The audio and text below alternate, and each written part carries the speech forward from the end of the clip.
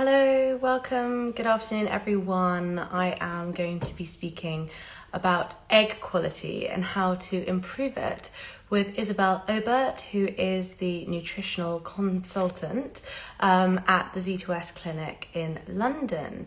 So I've had many people sending in questions in advance, very much looking forward to hearing her thoughts. And she was my personal nutritionist. So forward to connecting. We should be chatting any minute now. Hello, those who are joining. Welcome. Just wait for her to join. There we are. Hi, Isabelle. Hi, can you see me? I can. How are you? Fine, how are you? It's been a long time. I know, it's been about 5 years, hasn't it? I don't know whether you heard the introduction just now, but I just mentioned that I personally had support, incredible support from you whilst I was on my IVF journey. So I'm very excited about you helping our readers today with your expert knowledge around nutrition and preparing egg quality, etc. So would you like to introduce yourself, and then we can start talking about some of the things that we have to discuss and the questions that have come in as well. Of course. So my name is Isabelle Obert, and I have been working at the Zita West Clinic for about 16 and a half years. Been there for a long time. And during which time, gosh, you know, so much has changed in the medical world with IVF and with all sorts of, you know, the studies and sort of things that have been found out during that time. So, and I work essentially preparing women and men, of course, the couples, not only for IVF, for natural conception. You know, we look at people who've got PCOS and endometriosis, and also I talk to people in pregnancy as well. So the whole journey, really. Mm-hmm. Amazing. Can you see me okay? Because the connection keeps going in and out a little bit for you. Am I blurred or am I okay? No, you're well, you're blurred because I've got my glasses on. You're perfect. I can see you perfectly now. Yeah, I can see. Okay. Me. All right. Great. Yeah. Yes, it's just going a little bit in and out, but we will make this work. So can we start by talking exactly. Can we start by talking a little bit about which foods are great for implantation leading up to an embryo transfer for IVF? So when you are going for implantation, obviously the health of the uterine lining is really important. And so we look at having, I mean, there are certain nutrients that we know can help with implantation, such as vitamin E and selenium, magnesium, vitamin D, beta carotene. So essentially, you're looking at foods rich in those, which the diet that tends to be recommended is a Mediterranean style diet, which I'm sure everybody's heard a lot, that the recommended diet for fertility per se is a higher protein, lower carb Mediterranean style diet. And it tends to be very anti-inflammatory as a diet, to be honest, because obviously inflammation is also an issue from for an implantation perspective. But the other things that we look at, of course, is blood flow, because the better the blood flow to the uterus, the better the nutrient flow, and the better these nutrients can get in. So there are certain foods that may aid blood flow as well, which can be things like pomegranate juice, beetroot juice. The watermelon contains something called L-citrulline, which has been found to improve blood flow. So there are various foods and agents that I often recommend just to help. But essentially, we know that there are certain foods which can help. So vitamin E, I've mentioned, so things like avocados and walnuts and almonds and things like that. Whole grains actually are also really important. B vitamins are really important. And in early pregnancy as well, B vitamins, folate, of course, is one of the B vitamins, which is super important. So the green leafy veg, particularly nuts and seeds, whole grains, pulses. This is all vegetarian stuff, of course. So, but we also look at protein is important for implantation. So, you know, moderate protein if you're not a vegetarian or a vegan from meat sources.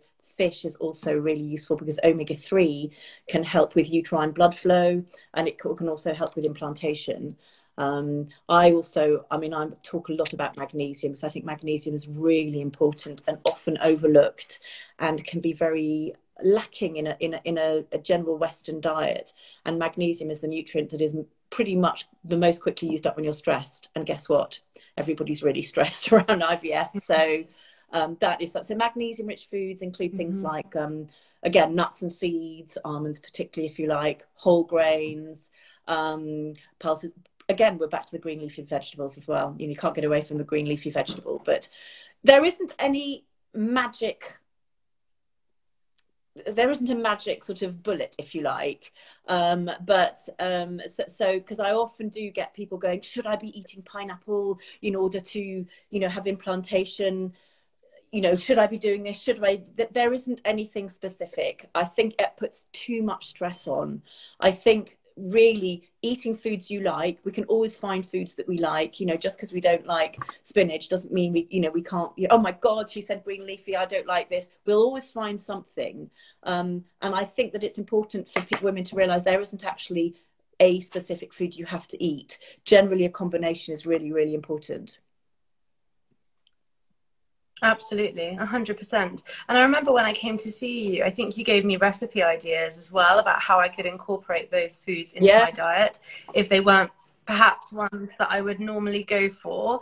And I remember one thing in particular asking you, I've got a sweet tooth. How do I go about satisfying that sweet tooth? And you gave me all sorts of different ideas to keep things varied so that it doesn't feel like you're not living. Do you know what? I think I am not keen on trying to cut everything out. I mean, there are some no-nos, obviously, but realistically, like on the sweet food, chocolate, for instance, guess what? It's a great source of magnesium. It's also a really good source of something called L-arginine, which is important for vasodilatation. Is that dark chocolate? Dark chocolate is better. But even now, you know what? People go, I don't like dark chocolate.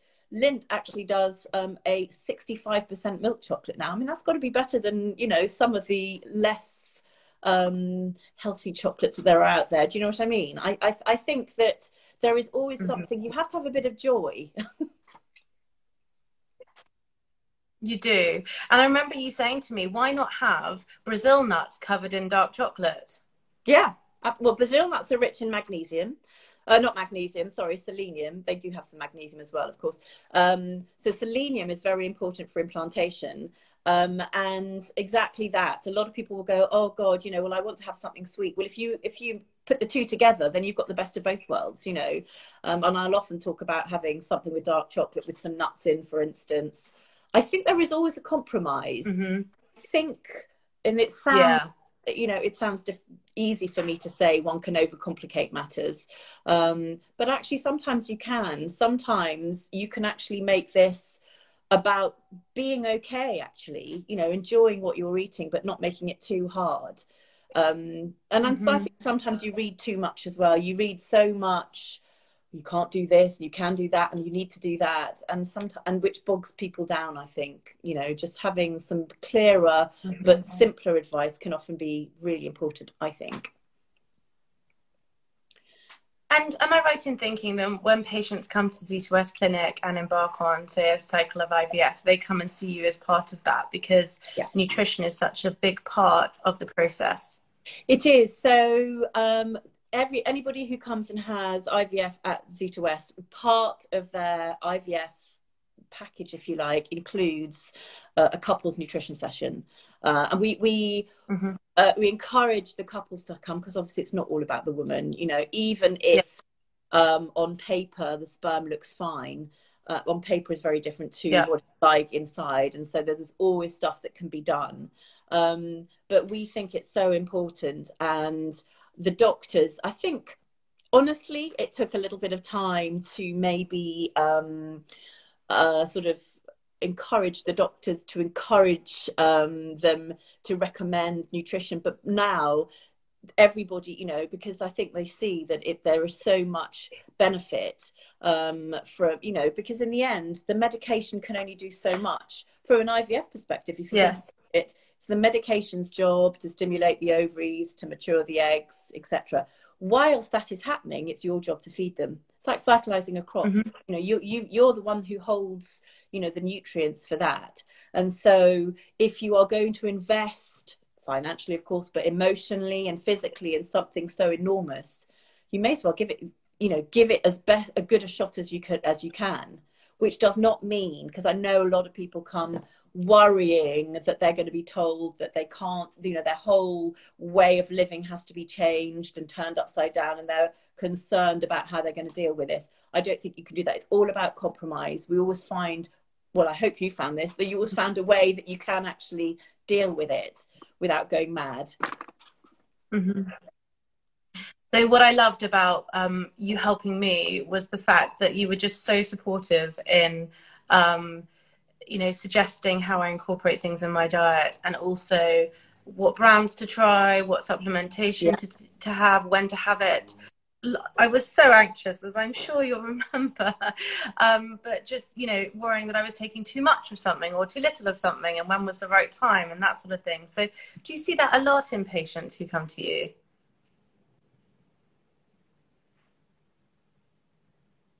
Oh, we can't hear you. Can you hear me now? Yeah. Oh, there we go. Yeah. I'm back again. Yes, that's better. So, no, I always encourage, I mean, I'm at the other end of an email, and I would always encourage people, I know what it's like to go through IVF, you know, it is really anxious making. And it is a big deal. Let's not, you know, pretend it's not. It is a really big deal. And so I think that it's important, you know, to feel comfortable and to ask questions. There's nothing wrong with that. And so, yeah, no, I think we try and make it at the clinic as what's the word? I guess as easy as possible, really, in that respect. There's enough stress in the outside, you know, and going through this whole thing. But the one thing about the nutritional side is it's something that you can do for yourself as well. It gives you a bit of control when you're waiting for the next injection or the next scan, or something. It gives you something you can do. But, you know, and we send out lots of information. We try to make it as useful as we can, so that you can, that's one thing you don't have to worry about. But it makes a big difference. I think it makes a big difference. You know, we can see it from IVF to IVF with potentially the amount of eggs collected or the quality of the embryos. You know, and in the end, it's such an old cliche, but you are what you eat. You know, there's only so much that medicine can do. You know, if it's falling on an infertile ground, it's not that helpful. So there is a lot that you can do that may help. Well, I've talked about this before, but I had a few-month gap between my first unsuccessful round of IVF and second successful round. And obviously the science behind that is a huge part of it. But I also feel that things I was doing for mental stability and coming to see you and having that nutritional guidance, because I raced into the first round of IVF with no preparation. Whereas the second time with a frozen transfer, I had quite a few months to really try and get my body the best prepared it could be. And also the third time for a fresh cycle, coming to see you, as we're talking about, to try and do what I could for egg quality. And that round of embryos, there were fewer of them, but they ended up being better quality than the round where I hadn't had any guidance or time to prepare leading up to it. So I do feel that the holistic side is really important, as of course you do. I think so. I think it is, because it's not all about, you know, we're human beings in the end, you know, we're not test tubes or whatever. And, you know, the medication, obviously your body has to respond to the medication. Of course it does. But within that, you know, we are essentially walking chemistry sets, if you think about it. And so everything that we do is a chemical reaction. And from a chemical reaction, you need a cofactor, like a key to turn things on. And they are all micronutrients. So all minerals and vitamins. And of course, you can't get the micronutrients without the macronutrients, the fat, the protein, the carbohydrate. And protein particularly is so important for an IVF cycle, because it provides the building blocks for growth. And, you know, on a normal month, you might ovulate with one egg. With IVF, obviously, the aim is to ovulate with more than one egg, and therefore your protein requirements go up, you know, straight off. And so that, you know, it can help with increasing the quality of the eggs, because they've got better food to feast on, basically. Absolutely. One of the things that I remember talking to you about at the time, which people have asked about, is, and sorry if I say this wrong, but Inositol. Is that how you say it? Inositol. Is it? Is it good for helping with egg quality? Yes. So inositol particularly is recommended for women with PCOS, polycystic ovarian syndrome. And it is thought to help. It helps regulate the menstrual cycle. It helps induce ovulation, if you like. They found inositol is rich in the follicular fluid, so obviously that will feed the eggs. And they've also, studies show that women who are poor responders had better response with inositol. It seems to help with egg maturation as well. So it seems to work in several ways. I mean, with PCOS, one of the things it can help at is it sort of helps with insulin resistance, so it can help with blood sugar levels and things, which is also quite a big problem, to be frank, even if you haven't got PCOS. But no, I think insulin originally is recommended for women with PCOS, but we do recommend it to women who don't have this, particularly potentially with poor responders, aware that when egg quality might not be very good. Okay, that's good to know. Thank you. The other question that we get, the readers come to us and ask a lot, is about supplementation. Obviously, you specialize in that, and of course it's personal depending on what the patient needs. But what are your thoughts around supplementation? So look, you know, in an ideal world, of course, none of us would take any supplementation because we'd eat a fabulous diet and everything would be, you know, through the food we eat. Well, we don't live in an ideal world. We don't always know where our food comes from. Is the soil, you know, rich, or is it nutrient depleted, etc., etc. Plus, you know, when you're stressed, as I said, you use up magnesium. You also use up vitamin C, which is very important for egg and sperm quality. You use up B vitamins. So if you're walking around in a city in traffic, the pollution will, you know, your liver works harder. You need certain nutrients. So life throws a lot at you. Plus with IVF, your body is under quite a lot of stress and strain, if you like. And it's not all about, you know, just the protein. If you're suddenly trying to ovulate with 15 eggs, you know, each egg, you know, is a casement, if you like, for strands of DNA, which require certain nutrients. And so therefore your nutrient requirement goes up. And I think by including supplements, it can help support that additional requirement for extra nutrients. That's one thing. So I would never recommend a couple. I mean, look, if a couple's going through IVF, it's generally because there are some fertility issues. But if somebody came to me and said, look, we're embarking on our fertility journey, we don't know if there's anything wrong with us, I would always recommend as a starting point a really good, comprehensive, highly absorbable multivitamin for both the man and the woman. And I would recommend an omega-3 supplement just as the basic, because generally omega-3, you can really, you know, it's often lacking in the diet because we don't eat that. We shouldn't eat that much oily fish, you know, with stuff. So that's a starting point. Then, of course, a lot of us are low in vitamin D because you know, we don't get enough sunshine, or we're inside, or some people's requirements are higher than others, and so therefore vitamin D, which isn't really available through food, that needs to be supplemented. And then we can go on when we're looking at, you know, at various either issues with eggs or sperm, that there are certain nutrients that we know may help improve the quality, such as coenzyme Q10 as an example, or ubiquinol. You know, so you know, there's DHEA. That. So DHEA, well, DHEA is actually, it's not a supplement. So DHEA is actually a hormone. And as nutritionists in this country, in fact, in this country, in England, you have to be medically trained in order to prescribe DHEA. So as a nutritional therapist, I am not legally allowed to prescribe it. Of course, I can discuss it, and I can discuss, but I can't actually you know, prescribe it myself. It has to be a medical a doctor that prescribes it in this country. But DHEA, yes, is often recommended to improve, you know, particularly for older women, or when there's been premature ovarian failure, to increase potentially eggs retrieved and quality. Oh, are you still there? Great, thank you. I took the Zita West. Yeah, can you see me and hear me? Yeah, and it's gone a bit pixelated. I don't know. Can you see me and hear me? Yeah, that's better. It's fine. Oh, it has for you as well, but hopefully everyone can see us. I took the Zita West supplements for quite a few months, and they incorporate all of the preconception supplements that you need, don't they? They do. So we've got, we've got, you know, different ones from, if you're maybe a bit younger and it's from more basic, if you like, going up to a more comprehensive multivitamins to add-ons. So to a supplement with like VitaFem Boost, for instance, which is potentially extra, you know, extra nutrient value and antioxidants specifically recommended for egg quality. And there are some male ones as well. There's a Vitamin Boost 1 and a Boost 2, which is specific, which is particularly helpful where count and motility and quality are issues. And they incorporate a lot of these things like CoQ10 and Inositol, cysteine, and all the basic nutrients. Plus, we now, since I think some of them weren't around when you and I chatted, I don't think. So I know that the Ubiquinone wasn't around. No.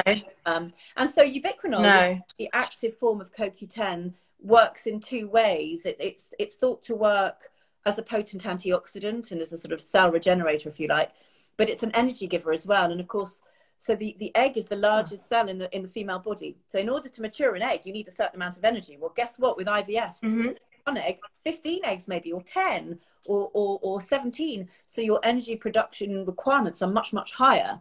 So by increasing your energy production potential by adding in extra CoQ10, that is one of the reasons that they think CoQ10 may help improve IVF outcome. And obviously it's important for sperm quality as well. And actually the Inositol, by the way, is great for sperm. I often use it for the men as well. Okay. It's very good for sperm. Interesting. DNA, but you know, the DNA. Brilliant. Thank you, Isabelle. People often ask if there's a discount, and I do have a discount code for the Zita West products. I'm going to put it in the chat box here. It's FHH10 for 10% off the entire range. So that will, of course, include the female range and the male range, if people want to check that out. We've had some more questions come in, which I'd love to ask you about, if that's okay. What is the correlation between egg quality and better embryos? Well, an embryo is basically made up of the egg and the sperm. So if it's going to be poor quality egg and or sperm, it may well result in a poorer quality embryo. It's sort of as simple as that. And definitely studies show that by improving egg quality tends to have a better quality embryo. And in the end, an embryo, again, it is the DNA. It's the two DNAs that come together and create the embryo. So you know, it takes two. You know, and for instance, you know, male issues may also result in miscarriage, and so, you know, it's really important to look at both of them, not just the one person, not just the female. And look, with females, you're born with all the eggs you're ever going to have, and we lose them so quickly. You know, they fall off. So you can't change the amount of eggs you've got, but you can improve the quality. You know, there is more study done on male fertility. It's generally non-invasive to collect sperm. And so, you know, it is easier to, but in the end, you know, eggs and sperm are reproductive cells. So my view is always what's good for the gander has got to be good for the goose. And, you know, they do studies with mice, they do studies with dogs, they do studies with cows for females. And so there are certain nutrients that we know improve, like beta carotene as an example, improves fertility.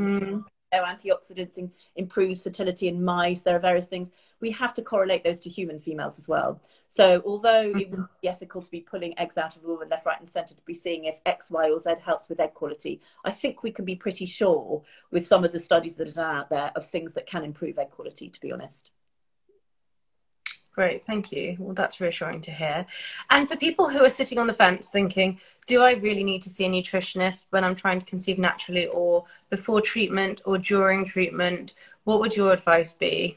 Well, look, I completely understand that people have been getting pregnant from time immemorial without consulting a nutritionist. So, you know, obviously we get that. I think from the last bit of your question, if you're investing, as we said before, either financially or even if it's not financially, but emotionally and physically in something, you know, like IVF, which is extremely targeted, as you know, and you've got this, you know, once you're on the roller coaster, you're on it, aren't you? You've got that month or you've got that cycle, and you may as well give it so much pressure. So much pressure. Then I think that it is really worth chatting to somebody, because there aren't many clinics that offer a more holistic approach, actually. And you know, so if you're at a clinic that doesn't offer a nutritional, you know, therapist, then it would be well worth finding somebody who specializes in fertility, just really to maybe dispel some myths, or you know, look at you as a person. You look at you and your lifestyle and your partner, and what you can and can't do, because it's got to be what you two can do as well.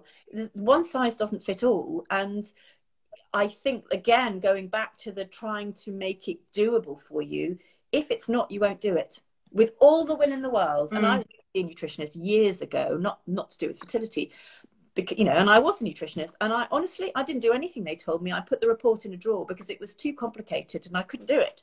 So it has to be doable for you, to just give you something. But I genuinely think that every little helps, actually. I really do think that small things can actually make a big difference, and you don't have to reach for the stars by any stretch. And so your first bit of the question, when you are trying to conceive, look, both male and female, how you are preconceptually can affect and can the health and the predisposition to various you know, diseases and genetic and sort of conditions, not only of your children but even your grandchildren. So yes, if you are thinking, right, I want to do my very best for now, how you are preconceptually can affect, you know, your sort of gene expression, if you like. So yes, if you feel comfortable, then of course you don't need to. But if you feel that it would be useful, it might be a really good investment, put it that way. And it doesn't have to be complicated. I felt that it was another person who's an expert, and you feel like you're in excellent hands to speak to, who can comfort, advise, and hold your hand a bit through the process, so that you can look back knowing that you really did everything in your best interest to support it holistically. I agree. Rather than looking back and thinking, maybe I should have changed that, or maybe it didn't work because of that. You just know that you've tried everything to your power, except for science, to make it happen. No, I think you're absolutely right. I think you're absolutely right. I think it just, you know, it's just as you say, sometimes we just need a bit of support. And it's not always the medical support. You know, the support is amazing, but it's only one facet. And actually sometimes you need something that's a little bit more, you know, human. Yeah. Definitely. Another question or topic around egg quality is protein powder and egg quality. Is there something there? Do you advise people you see to look into protein powder to improve it? I do, really only if they're going through IVF. If they're not going through IVF, look, to be honest, you know, a higher protein diet is recommended for fertility. Actually, the higher protein, lower carb Mediterranean diet, as we've discussed. And you should be able to get it through a diet. Some people find they can't because they're running around and they actually can't necessarily fit in breakfast, so protein shake may help. But for IVF, I think it's hard to get the amount of protein you need through food alone. I think it's pretty stressful. And yes, I do recommend protein powders. Unless somebody is dairy intolerant or vegan, my preference actually is a grass-fed, hormone-free whey protein powder. And the reason for it is that, well, grass-fed and hormone-free, obviously, you know, organic preferably, i.e. it's got no nasties in it. But whey is a very good source of an amino acid called cysteine, which then can convert into something called glutathione, which is a very potent antioxidant. And good glutathione levels, for instance, have been linked with better egg quality.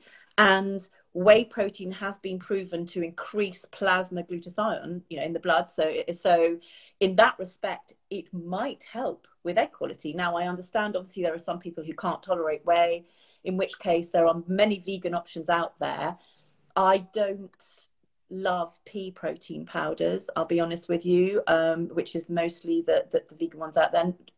Just because peas were studied as contraceptives many years ago, back in the 50s and 60s, they weren't very good contraceptives, I have to be honest with you. But what we don't know is whether this compound called enzyme hydroquinone is concentrated in the small protein powder. I'm looking at ticking any box, you know, for an IVF cycle. You don't want to do something that might actually be you know, the wrong thing. So I'd be looking at a hemp or a pumpkin seed powder or a rice based powder or something like that. But yes, I think protein powders can be extremely helpful. And well, they can do two things. One is they help boost the protein intake, because you don't want to go, you know, oh great, I'll have a steak every day. It's not the way to do it, of course. But the other thing is they take the stress out by, you know, you don't be counting grams of protein, you know. Again, that adds to the stress, doesn't it? So this is a way of just helping boost it over the last few weeks, just so that you know that you're doing what you can to increase the food source to your eggs, if you like. So yes, I do. That's great advice. Yeah. I remember you, again, back to my chocolate obsession, just saying, have a chocolate whey protein powder. And that was my breakfast. It was great. Well, you know what? You know, you've got to get through this. And that and eggs. Point, yeah. You've got to do it. And if it helps, then why not? You know, I think one can be too nitpicky. I think it can, you know, it can become detrimental in the end. Yeah. Someone's just asked about alternative milks. What are your thoughts on almond milk, oat milk, soya milk, etc.? I would be a little bit careful about soya milk. Too much soya milk, because of the sort of the estrogens in the soya, you know, is maybe not recommended. For the reason of the pea, I sort of tend to say maybe avoid soy and pea milks just around this time. But, you know, almond, cashew, oat milk, things like that, absolutely, yeah, I have no issue with that at all. Try and get, obviously some are better than others. You want to try and get some without some of the sort of additives and sweeteners and all that kind of thing. Someone's just asked, to our point around protein, what would you normally advise for someone per day, or does it just depend on the individual? You can't really say.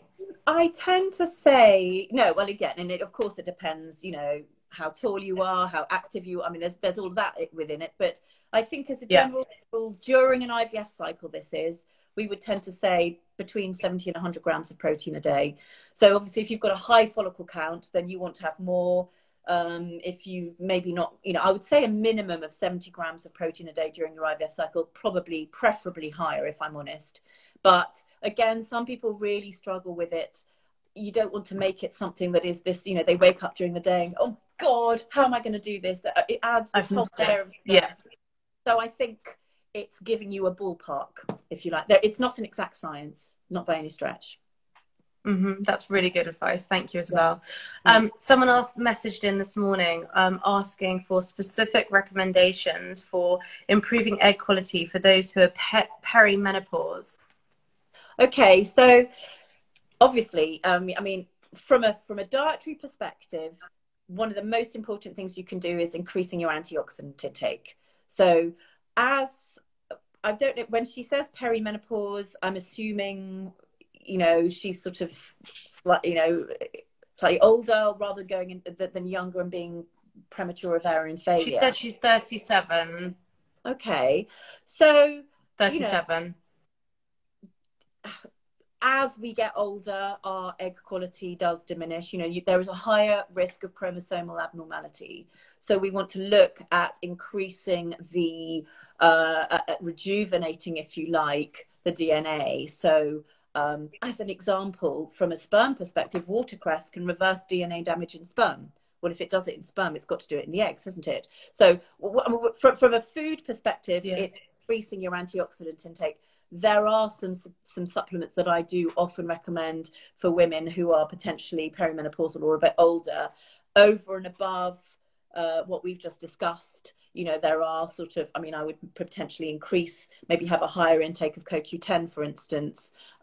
There is, you know, I would recommend other supplements over and above, but this probably is something that, you know, needs to be more tailored. There are nutrients that may help that are called mitochondrial regenerators, as an example, which are thought to help reverse cellular damage, actually. And so we look at maybe including those, which work alongside CoQ10 as well. And there is some studies done recently, like in you know, a year or so ago, with mice, using sort of, you know, nutrients in drinking water, and it seems to help improve fertility. And although it's not really done with human studies yet, you know, that there are things that are very interesting with certain vitamins. So but it's always better in that respect to speak to somebody so that you can go through the nutrients that might be relevant. Do you know what I mean? Rather than sometimes more is not always better, you know, sometimes less is more. And I've seen people who read that something is really good, and then take loads of it, and that's not always the way to go. You know, oh, I'm taking 50 milligrams of zinc, and that's it. You know, I've heard that's great, and I'm taking that 3 times a day. You know, a lot of nutrients work synergistically, and it is, you know, it's just taking one thing on its own isn't always the best thing. So if you are wanting to take a fairly sort of punchy a supplement regime, then it is definitely worth speaking to somebody who can advise you, because also some people find that they can't tolerate too much, and then they take loads of stuff and they don't feel very well at all. So, you know, you have to act a little bit. Yeah, I mean, even CoQ10, for instance, some people find too much and they're completely wired. Folate, people think that, oh, I can take folate. I've just spoken to somebody, you know, recently who's sort of said, well, I can only take so much and then it tips me over and I don't feel very well. So it is sometimes important to get a bit of advice, unless you are sort of taking a more generalized sort of in. Definitely. So if people would like to speak to you for a personal consultation, how can they reach you? So probably the best way is contacting the main number at Zita West. I think there's which is, you can ask me what's on that off the top of my head. How often do Well, do you know what, we can put the link in the bio. Yeah. So we can put the link in the bio. Yeah, people want to reach out to you, they're able to. Or by emailing the clinic. And so, you know, and you know, I would offer, you know, differing sort of, you know, lengths of consultation. I mean, obviously in an ideal world it would be a couples consultation, which is an hour and a half. A single consultation is an hour, you know, but we can do shorter. I would prefer, just even if somebody only wanted to book in half an hour, I'd prefer to talk to somebody for half an hour than not to talk to them at all, because there's a lot you can talk for half an hour actually. And, you know, even if you just get some bits across, it can be really, really helpful just to help clarify some stuff. And little things can make a big difference actually, because it's such an emotive definitely area, isn't it? And people get very anxious, and then we're back to the magnesium again. And this magnesium, you know, which can help so many, you know, can help so many areas of fertility, I have to say. So we look at, you know, so we're back to that bit again. Fantastic. Thank you so much, Isabelle, for answering people's questions and all of your expert advice today. And just, if anyone's joined and they want to check out the Zita West supplements range for men and women, you can get 10% off with code FHH10 if that is useful. So thank you again. Is there anything else you want to end with? What I was just going to say, if people have got questions, then honestly, if you feel free to, obviously, you know, you can email the clinic, and it would always be passed on to either myself or my colleague Claire, you know, and if anybody wants to book in a chat, but you know, as I say, nobody wants to force anybody to do anything, but it can be extremely helpful with an IVF cycle. That's absolutely and we try and make it useful for you as much as we can. In fact, I bombard you with someone's asked how to get in touch. Yeah, so sorry, it's a bit jumpy today. Someone's just asked how to get in touch. Feel free to DM. You can DM me and I can put you in touch. You can DM the clinic directly after this, or email, and I will put the link in bio as well. So lots of ways. And if you've got any questions for me, because I saw Isabelle personally, then feel free to shoot them over. So thank you for everything you did for me and for our readers today. I'm so delighted, and I'm sorry it's been a bit jumpy today. I don't know, the weather's quite nice here, but sometimes I live quite rurally, so it could be that there's the internet. Yeah, jumping. I'm sorry that it's dipping in and out. That's okay. It's really nice. I know. Very well, by the way. You too. Lovely to see you. Thank you. Lovely to see you. You too. Thanks for joining, everyone. Bye bye. Thank you. Bye. Bye-bye. Bye.